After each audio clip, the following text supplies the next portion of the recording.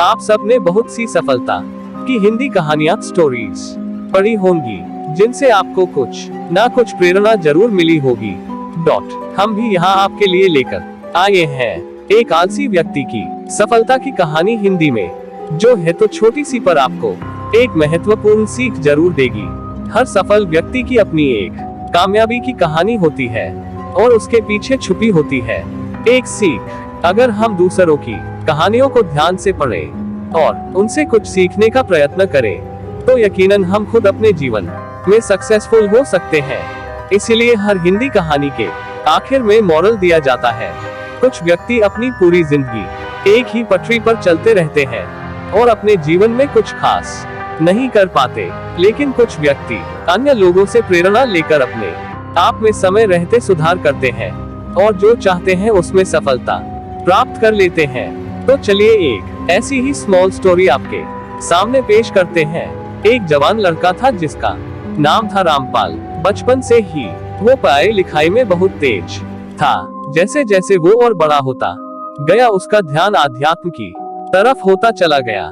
25 की उम्र तक आते आते उसे मानो भगवान का ध्यान करने और पूजा अर्चना करने की जैसे लत लग गई थी। हालांकि उसकी बचपन से इच्छा थी कि वो बहुत ज्यादा पैसे कमाए। इसके लिए वो हमेशा कुछ न कुछ करने की भी सोचता रहता था। पर कुछ यूं लगा लीजिए कि सुबह से लेकर शाम तक वो भगवान की पूजा अर्चना और ध्यान करने में ही ज्यादातर समय बिता देता था।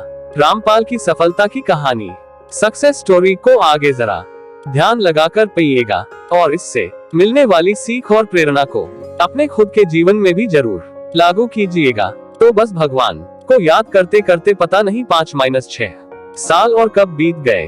हालांकि भगवान का ध्यान करना और उन पर विश्वास करना कोई बुरी बात नहीं, पर रामपाल इतने सालों में ऐसा करते करते बहुत ही ज्यादा आलसी हो चुका था। अब चूंकि कमाने की उम्र निकली जा रही थी, तो उसे इस बात की ज्यादा चिंता होने लगी। अमीर तो वो बनना चाहता ही था, उसके लिए कुछ करना भी चाहता था, पर बस अपनी पूजा अर्चना के चक्कर में कोई भी काम शुरू नहीं कर पा रहा था। ऊपर से उस पर आलस इस कदर हावी हो गया था कि वो सिर्फ योजनाएं बनाता था, उनकी शुरुआत नहीं करता था। जैसे जैसे समय बीतता गया, उसको अपने जीवन और भविष्य के बारे में और ज्यादा चिंता होने लगी कि अब सब कैसे होगा। एक दिन रात के समय सोते सोते उसने फैसला किया कि वो पिछले 10-15 साल से भगवान की पूजा अर्चना कर रहा है, इसलिए अब भगवान से ही पैसे मांगेगा। उसे अपने भगवान पर पूरा विश्वास था। उसे यकीन था कि इतने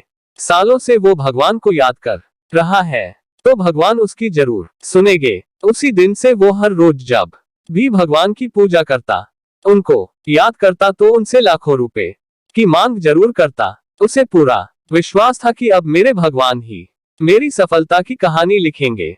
यूं भगवान से पैसे मांगते मांगते और उनका ध्यान करते करते कई साल बीत गए और रामपाल अब 40-42 साल का हो गया। पर भगवान के द्वारा उसके अमीर बनने की इच्छा अब तक पूरी नहीं हुई। वो बहुत ज्यादा परेशान रहने लगा और उसे इस बात को लेकर काफी ज्यादा मानसिक आघात पहुंचा कि 20 साल से वो अपने भगवान की पूजा कर रहा है, लेकिन उन्होंने उसकी इच्छा पूरी नहीं की। अब रामपाल को लगने लगा कि उसका जीवन पूरी तरह से खत्म हो चुका है। वो पागल सा रहने लगा और पूजा अर्चना करना सब छोड़ दिया। हाँ, वो रात को सोते समय अभी भी एक बार भगवान को याद करके जरूर सोता था और मन ही मन उनसे पूछता था कि क्यों आपने मुझे अमीर नहीं बनाया, सिर्फ कुछ लाख रुपए ही तो मांगे थे मैंने। यूं करते करते दिन बीतते गए। एक रात रामपाल भगवान को याद करके सोया ही था कि अचानक भगवान उनके सपने में आए। उनके दोनों हाथों में नोटों की गड्डियां भरी हुई थी। रामपाल खुद को बहुत ही हल्का महसूस कर रहा था और उसे ये सपना नहीं बल्कि हकीकत महसूस हो रही थी। उसे बिल्कुल ऐसा महसूस हो रहा था कि भगवान उसके सामने लाखों रुपए लेकर खड़े हैं और वो खुद भी अच्छी नींद में नहीं बल्कि जग रहा है। रामपाल बहुत ही खुश हुआ और उसने रुपयों की ओर अपने हाथ बढ़ाने चाहे, लेकिन ये क्या, रामपाल अपने हाथ ही नहीं उठा पा रहा था। उसने लाख कोशिश की पर अपने हाथों को उठाकर आगे नहीं बढ़ा पाया। उधर भगवान पैसों को हाथों में लेकर धीरे धीरे मुस्कुरा रहे थे। रामपाल ने दुखी होते हुए कहा कि प्रभु क्यों आप मुझे ये रुपए नहीं दे रहे हैं? इतने सालों से क्यों मेरी इच्छा पूरी नहीं कर रहे हैं? क्या मेरी पूजा अर्चना में कोई कमी थी? क्या मैंने आपको सच्चे दिल से याद नहीं किया? आपने दुनिया में करोड़ों लोगों की सफलता की कहानी लिखी है, उन्हें पता नहीं कितनी दौलत दी है, फिर मेरे साथ ऐसी नाइंसाफी क्यों? प्रभु इतने सालों में एक भी ऐसा दिन नहीं गया जब मैंने आपको याद ना किया हो। भगवान मुस्कुराए और बोले, रामपाल तुम्हारी पूजा अर्चना में कोई कमी नहीं, तुम मुझ पर पूरा विश्वास करते हो, ये भी जानता हूँ। तुम एक सच्चे दिल इंसान हो और मैं तुमसे खुश हूँ, तभी तो तुम्हारे लिए अपने हाथों में इतनी दौलत लिए खड़ा हूँ। रामपाल ने कहा, तो प्रभु आप मुझे ये रुपए देते क्यों नहीं? भगवान ने कहा, रामपाल मैं तो तुम्हें ये रुपए देने ही आया हूँ, लेकिन तुम खुद इन्हें नहीं ले पा रहे हो। रामपाल को कुछ समझ ना आया और दुखी होते हुए बोला, प्रभु मुझे कुछ समझ नहीं आ रहा है, मैं क्या करूं? ये क्या हो रहा है? तब भगवान ने कहा, शांत हो जाओ पुत्र और मेरी बात ध्यान से सुनो।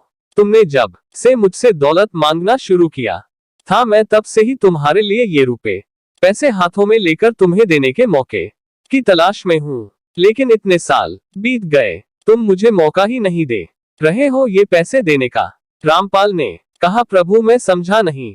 तब भगवान ने कहा, रामपाल तुम इतने सालों से मुझे सच्चे दिल से याद कर रहे हो, मैं तुमसे बहुत खुश हूँ, लेकिन मैं ये दौलत तुम्हें यूं ही डायरेक्ट नहीं दे सकता। इसके लिए मुझे कोई बहाना तो दो जो तुमने सालों से सोच कर रखा है। अपना वो काम धंधा शुरू करो जिसमें मैं तुम्हें सफलता दिलाऊंगा, और ये ढेर सारी दौलत कुछ ही समय में तुम्हारे काम के जरिए मैं तुम्हारे पास पहुंचा दूंगा। तुम्हारा अमीर बनने का सपना पूरा हो जाएगा। अब रामपाल को सारा माजरा समझ आ चुका था। उसने भगवान से माफी मांगी और हाथ जोड़कर धन्यवाद किया। प्रभु वहां से गायब हो गए और कुछ घंटों बाद रामपाल की आंखें खुली। उसे सपने की सारी बातें याद आई। उसने तुरंत नहा धोकर अपने भगवान से आशीर्वाद लिया और उसी दिन से अपना नया काम जिसके बारे में सोचता था वो शुरू किया। वह लगातार अपने काम में जी तोड़ मेहनत करने लगा और 1-2 साल में ही उसे उस काम से उससे भी ज्यादा दौलत हासिल हो गई जितनी उसने भगवान से मांगी थी। वह हर रोज भगवान का शुक्रिया अदा करता था। उसे अब जिंदगी के सबक और भगवान के देने का तरीका अच्छी तरह से समझ आ चुका था।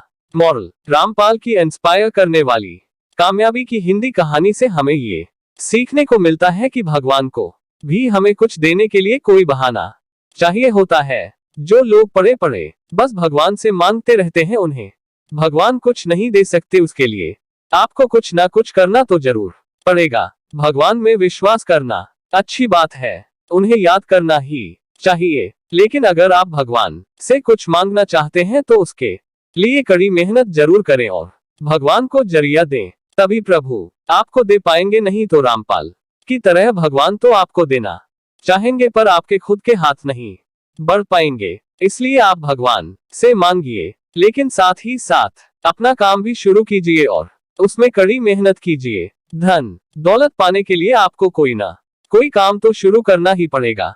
भगवान आपको किसी ना किसी बहाने से ही धन दौलत देंगे। कुछ करोगे ही नहीं तो भगवान आपको कुछ नहीं दे पाएंगे।